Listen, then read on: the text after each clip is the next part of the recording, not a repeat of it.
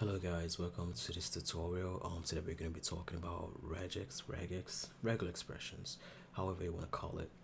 It's still a pain in the ass, and the reason being is it just looks super confusing and it just looks like a bunch of nonsense really.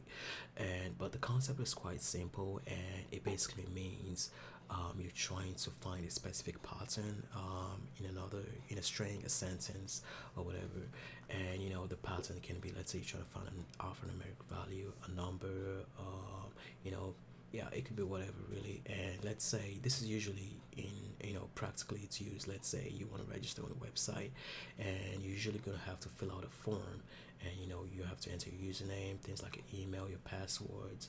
And the website is going to have to validate if the password contains, let's say, a minimum set of values, if it contains special characters, which is probably or probably wouldn't be allowed due to security issues.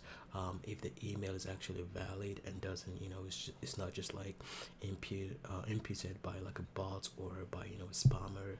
And so these things are usually done for security purposes, and this is where regex or regex can come really in handy. So let's go straight ahead on how to implement that. And today we're going to be going through the absolute basics, nothing really complicated. And I'm just going to be talking about how to implement one, and how to use the three flags or modifiers, and yeah, and how to look for special characters and so on and so forth. So first thing we're gonna do, we're gonna define a string, a variable for string, and I'm just gonna say let text equals. Just gonna call this is a tutorial on regex, and the pattern we're gonna be looking for, let pattern equals.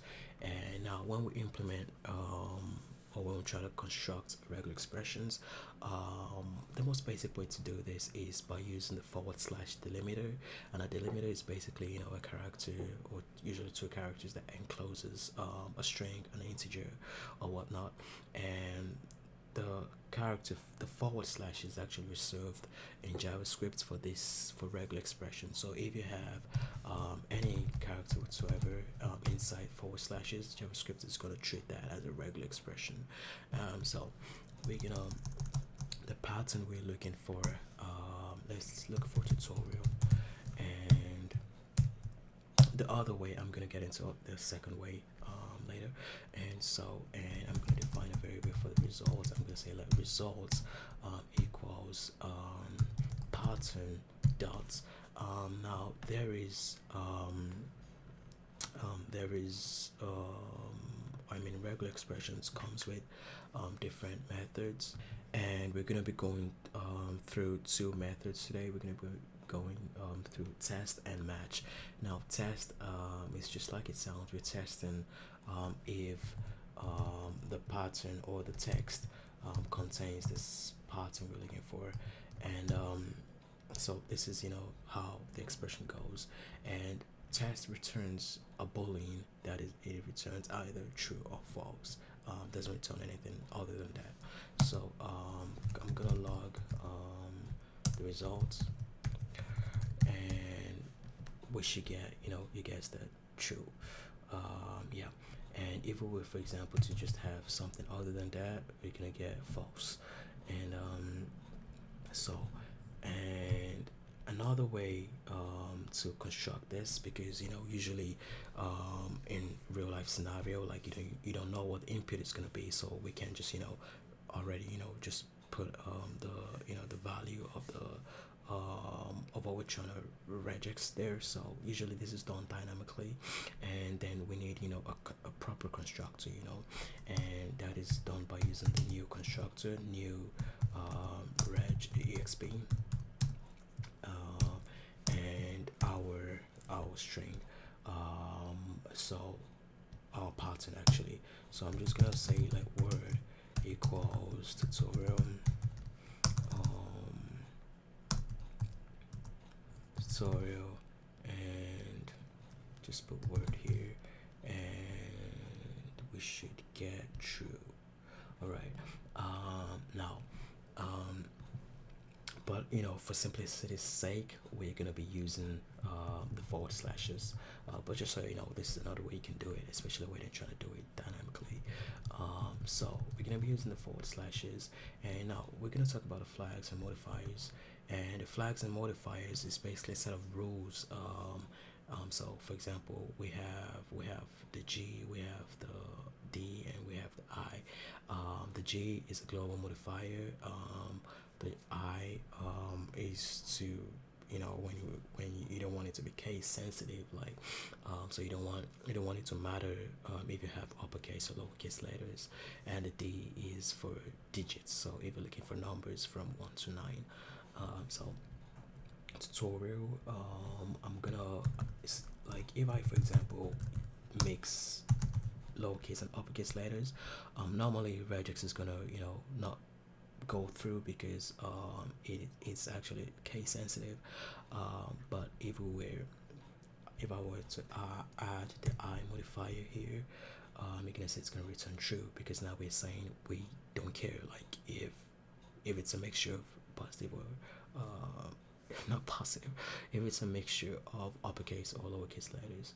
And so you use the I flag when you don't want case sensitivity to apply, and the G flag is used when you want to look for if the pattern occurs more than once. And normally the pattern, normally regex is going to stop at the first occurrence and return a value. So if I were to run this, we're going to get okay, we're going to get, that's because I have the case. I have, it's it's fucked up, like we got like positive, and we have uppercase and lowercase letters. So if I have, so we can actually combine this flag, so I can have G and I.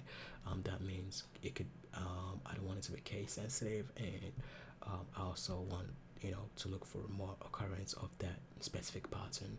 So now we're gonna get true. And you're probably thinking the J is useless, like why do we have it? And we can't actually see the purpose of G because we're using the test method. But if we were to use the match method, and the way to express that is by doing text, so we're gonna want to see if there are any matches of the pattern in the text. So text.match pattern, and now this is supposed to return an array of how many times this occurs, and how many times the pattern occurs in the strings. So if we have, let's say, tutorial here as well, now we're gonna get an array with 2 values, and so we can combine flags, and we can use different methods. And another popular flag is the D flag, and that looks for digits basically. And so we have to use a backward slash because the D is, we're actually looking for special characters. So we have to use a backward flag, and also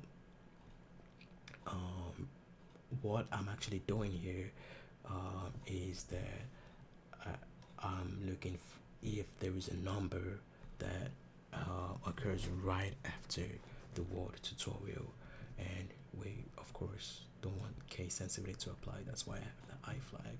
So if I were to run this, I'm gonna get hold up, I'm gonna get yeah, no, because there is no digit after tutorial. But if I were to add, let's say, 2 here, it should return, yeah. So now it tells me that, hey, this is actually valid, and the word occurs at this specific index. And the index, it's able to count from the start, letter by letter. You're gonna see the tutorial start from number 10 or index 10. And yeah, so we have other special characters. We have the S, and we have the S looks for white spaces, and the W, I think, is for alphanumeric characters, and that also includes underscores as well. Yeah, this is really basic tutorial on regular expressions. More on this is gonna come, but the real purpose of this tutorial is to get you started with what regex actually means, and because usually people don't want to get started on regex because it just looks so hard. I mean, I would rather learn C than you know learn regex, but I know it's gonna be worth it when this actually sits. But yeah, thanks for watching, and if you have any questions, or kindly drop a comment, and I appreciate if you like this video. And yeah, I'll see you guys in the next tutorial. Thanks for watching.